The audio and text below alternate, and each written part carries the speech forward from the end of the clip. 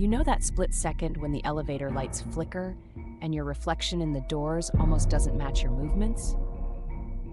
Tonight, that's when I realized my building's old elevator wasn't just haunted by bad wiring. For years, the panel's gone straight from 12 to 14, the 13th floor banished by superstition, or so I thought. But tonight, the elevator jerked to a stop and the faded numbers flashed 13. I nearly laughed, thinking it was a prank, until I heard scratching from the other side of the doors and a trembling voice whisper, "Please, let me in. I can't be here anymore." I pressed myself against the wall, heart racing. The voice was desperate, but wrong in a way I can't explain, like a recording played backwards, pleading for something it couldn't name. The scratching grew frantic, and then I saw pale fingers slip through the gap as the doors quivered.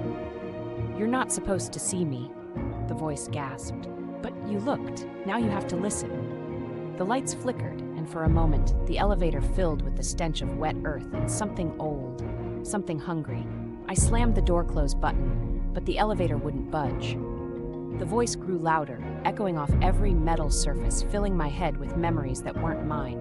Faces pressed against glass, hands pounding, always on the 13th floor.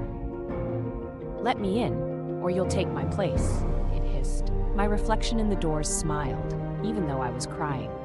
The fingers curled around the edge, pulling the doors wider, and a shadow slid into the crack, impossibly thin and endlessly dark.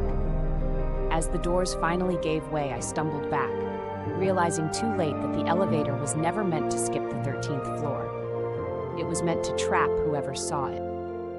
The last thing I heard before everything went black was my own voice, warped and distant, begging the next unlucky soul to let me out. Now, every time the elevator hesitates, I pray you keep your eyes closed when the numbers flicker. Because on floor 13, someone is always waiting, someone who sounds just like you.